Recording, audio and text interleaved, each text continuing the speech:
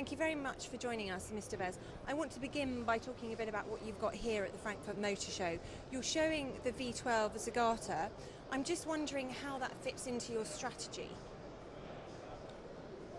It fits perfect because we have a VH architecture, we have a building system where we can combine lots of body elements with engine elements, brakes, whatever you want, to a new composition.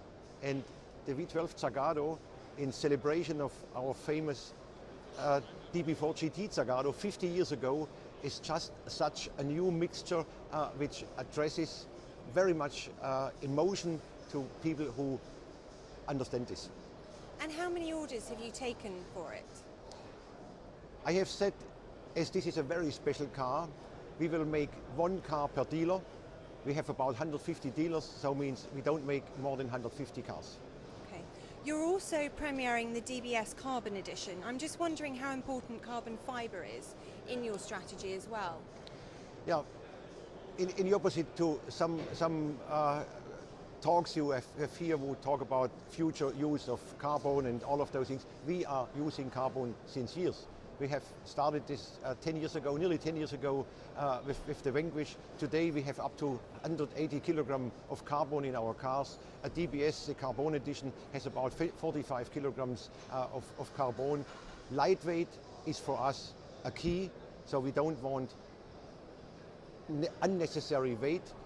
Our body is aluminum, which is by its weight, the DBS Volante is, as a 12-cylinder car, the lightest 12-cylinder Volante in the marketplace. So lightweight is for us, as a sports car, key. Yeah. But using carbon fibre, I mean, how does that play into your cost margins then? How does it play in our cost margins? In our cost? Oh, of course. Of course, everything what we do is basically more expensive than mass production. This is why we are an exclusive luxury company, that we can afford better things to our customers, and so the carbon is a part to this, like our aircraft technology bonded body structure, which is also not the cheapest way to do something, but in our opinion, it's the best way to do something. It's more rigid, it's more better in energy absorbing in a crash situation and all of those things. So we try to do the best for our customers. So just on that Signet then, I mean, as I say, it's a theme here at the show. I mean, what's demand like for it? Could you say can you tell me how many orders you've had this year and what the prospects are for next year? We are not so much about numbers. With the Signet, we have made a paradigm change from small is cheap to small is value. And to communicate this takes some time, but we think that we are trendsetter in this market for such a small car with a high value. We have the cars we have produced so far, we have sold them all.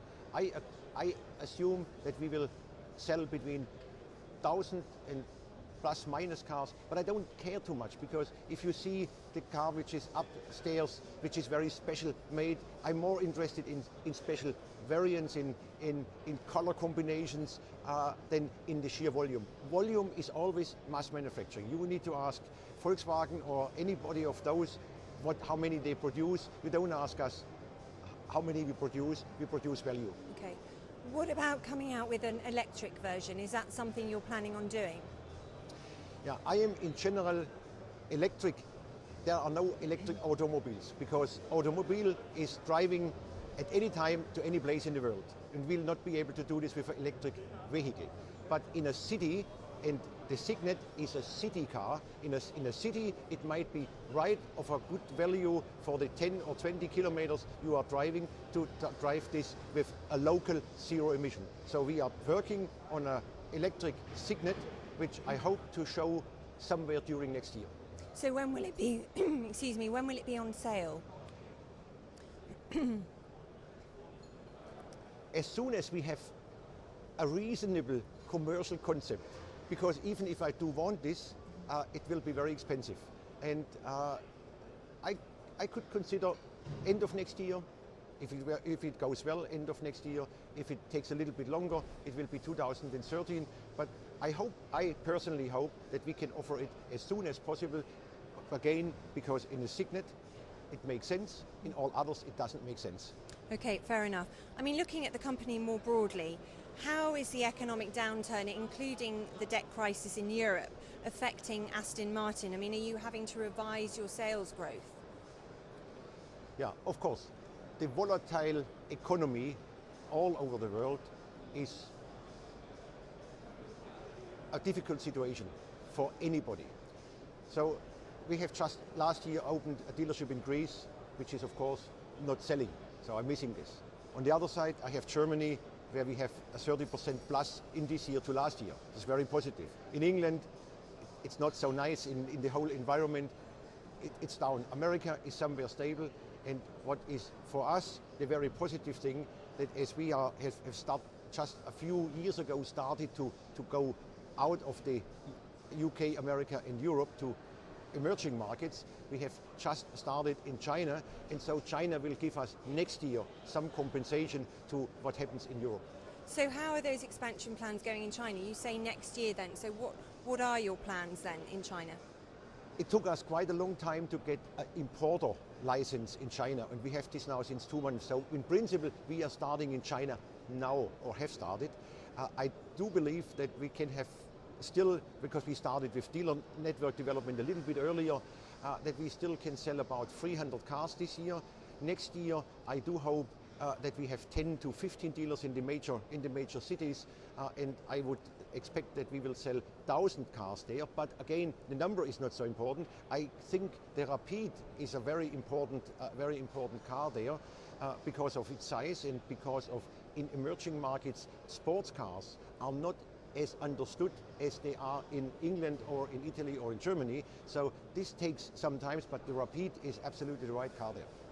Now I want to move on to other topics now. There's been talk about potential plans for taking Aston Martin public. What's the status now? Do you have any such plans? Yeah, as you know, we are independent since 4 years. We have Kuwait investors from Kuwait, and it's a very natural thing that at some stage you look for an exit.